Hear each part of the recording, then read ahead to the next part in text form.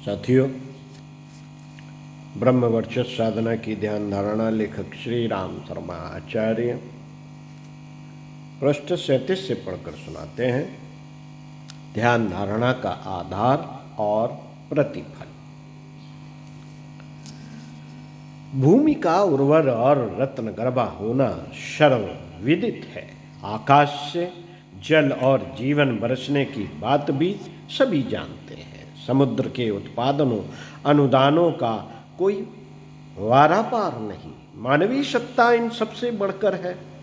यदि व्यक्तित्व की गुप्त प्रकट परतों को ठीक तरह समझा और संजोया जा सके तो इस हाड़ मास के काया में देवताओं और अवतारों की झांकी हो सकती है। पराक्रम और पुरुषार्थ के आधार पर ही संपदाएं कमाई और सफलताएं पाई जाती हैं। काया का प्रत्येक अवयव अद्भुत है। उसकी संरचना और क्रिया शक्ति को जितना ही गहराई से देखा जाता है उतना ही उसे रहस्यमय और आश्चर्यजनक पाया जाता है। इन सब अवयवों में मस्तिष्क सर्वोपरि है। उसके चेतन, अचेतन और उच्च चेतन की गतिविधियों को देखने से पता चलता है कि इसका अधिष्ठाता, सूत्र संचालक जीवात्मा कितना महान होना चाहिए। लोक व्यवहार की कुशलता, शिक्षा, अनुभव, कला, शिल्प आदि की अर्थ उपार्जन, यज्ञ संपादन, सुख साधन जैसी क्षमताओं से सभी परिचित हैं। फलतः प्रत्येक विज्ञ व्यक्ति अपनी और अपने स्वजनों की बौद्धिक क्षमता विकसित करने के लिए समुचित प्रयत्न करता है। शरीर सभी के लगभग एक जैसे मिलते जुलते हैं। विशेषज्ञता मानसिक धरातल की है। जो उसे विकसित कर लेते हैं वे अनेकानेक सफलताएं पाते हैं। जो इस क्षेत्र में पिछड़े रह जाते हैं उन्हें अभावग्रस्त, कष्टसाध्य एवं घटिया स्तर पर गुजारा करना पड़ता है। जीवन की प्रगति अवनति का बहुत कुछ आधार मनुष्य के बौद्धिक स्तर पर निर्भर रहता है। यह सचेतन मस्तिष्क की प्रक्रिया हुई। अचेतन के आधार पर अवयवों की आंतरिक गतिविधियां चलती हैं। भली बुरी आदत उसी में जड़ें जमाए पड़ी रहती हैं। रुचियों एवं आकांक्षाओं की पटरी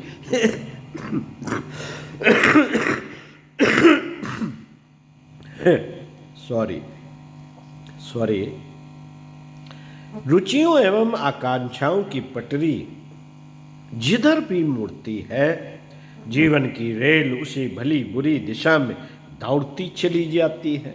काय कलेवर का स्वरूप, आकर्षण, उसका पौरुष, कौशल बहुत करके अचेतन मस्तिष्क का निर्माण कौशल होता है। विधि का विधान और भाग्य निर्धारण किन्हीं अज्ञात शक्तियों द्वारा बना कहा जाता है। इस रहस्यमय अज्ञात व्यक्तित्व का सृष्टा और कोई नहीं, मात्र अचेतन ही है, जो मस्तिष्क की गहन कंदराओं में बैठा जीवन की दिशा धाराओं का निर्धारण, सूत्र संचालन करता रहता है। मस्तिष्क विज्ञान के ज्ञाता कहते हैं कि मन संस्थान के रहस्यों का बहुत थोड़ा सा अंश अभी जाना जा सका।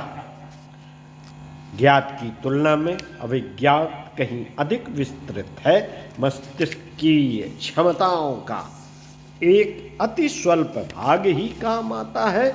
यदि उसकी मूर्छाग्रस्त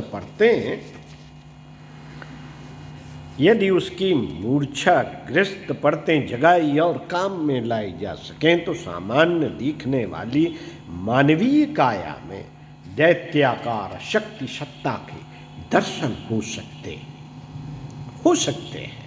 यदि अचेतन पर नियंत्रण कर सकना संभव हो सके तो वह शक्ति अक्षरशः सत्य सिद्ध हो सकती है, जिसमें मनुष्य को अपने भाग्य का स्वयं निर्माता कहा गया। चेतन और अचेतन से ऊपर की परत उच्च चेतन सुपर कॉन्शियस की है। यह ब्रह्मांडी चेतना के साथ अपना संपर्क साधती और आदान प्रदान का द्वार खोलती है। सूक्ष्म जगत में भरे हुए पदार्थ और चलते हुए प्रवाह अपने इस स्थूल जगत की तुलना में अत्यंत उच्च कोटि के हैं। उनके साथ आदान प्रदान का सिलसिला चल पड़े तो मनुष्य उन रहस्यमय जानकारियों से परिचित हो सकता है जो सर्वसाधारण को विदित नहीं, उन दिव्य सहायताओं को प्राप्त कर सकता है जो सर्वसाधारण को उपलब्ध नहीं। स्थूल शक्तियों के सहारे स्थूल जगत के कुछ पदार्थ साधन ही उपलब्ध हो पाते हैं, पर सूक्ष्म शक्तियों के सहारे सूक्ष्म जगत के ऐसे अनुदान प्राप्त किए जा सकते हैं जिन्हें देव वरदान की संज्ञा दी जा सके। अतीन्द्रिय ज्ञान एवं आत्म बल के सहारे कितनी ही चमत्कारी व्यक्तित्वों एवं घटनाक्रमों के विवरण देखने सुनने में आते रहते हैं। यह अपने ही उच्च चेतन मन की विशिष्टता है जो सक्रिय होने पर अलौकिकता का परिचय देती है। मस्तिष्कीय नियंत्रण अति कठिन है। आत्मसत्ता सर्वसमर्थ होते हुए असहायों, अनाथों, असमर्थों और अभावग्रस्तों जैसा जीवन यापन करती है। इसका सर्व प्रमुख कारण एक ही है, आत्म नियंत्रण का अभाव। प्रवृत्तियां उच्छृंखल घोड़े की तरह मनमानी उछल कूद मचाती रहती हैं। जब मन स्थित पर ही नियंत्रण नहीं तो परिस्थितियों पर काबू कैसे पाया जाए। परिस्थितियों में सुधार तो हर कोई चाहता है, पर मन स्थित में हेर फेर करना बन नहीं पड़ता। ऐसी दशा में सुख शांति के मनोरथ अधूरे ही बने रहते हैं। तत्वदर्शी कहते रहे हैं, जिसने आत्म विजय कर ली उसने संसार जीत लिया। इस उक्ति में जितनी सच्चाई इतनी सच्चाई तो है ही कि आत्मनियंत्रण कर सकने पर अपने व्यक्तिगत संसार को इच्छानुकूल ढालना, इच्छानुरूप बनाना संभव हो जाता है। आत्मनियंत्रण का अर्थ है अपने चिंतन तंत्र पर अपना अधिकार, अपना नियंत्रण स्थापित कर लेना। यह कार्य विचारों की अनियंत्रित उछल कूद को इच्छित दिशा धारा में लगा सकने के रूप में उत्पन्न होता है। इसका अभ्यास ध्यान योग के द्वारा किया जाता है। मन के सामने कुछ स्वरूप, कुछ विचार प्रस्तुत किए जाते हैं और उस पर दबाव डाला जाता है कि वह उसी केंद्र तक अपनी गतिविधियां सीमित रखे, अनियंत्रित उछल कूद बंद करे। यूं यह कार्य अति कठिन है, पर सुदृढ़ संकल्प एवं सतत प्रयत्न से इसमें धीरे धीरे सरलता होती है और सफलता मिलती जाती है। मनोनिग्रह की आदत कभी रही नहीं। मन के पीछे ही अपना व्यक्तित्व घिसटता रहा है। कुसंस्कारी मन आलस्य प्रमाद से लेकर दुर्व्यसनों, दुष्कर्मों और दुष्प्रवृत्तियों में रस लेने का अभ्यस्त रहा है। उसे रोका, संभाला, साधा गया होता तो कब का सुसंस्कृत बन गया होता और अपनी गणना श्रद्धास्पद सज्जनों में हो चुकी होती। अजस्त्र सहयोग और सम्मान सब ओर से बरस रहा होता है।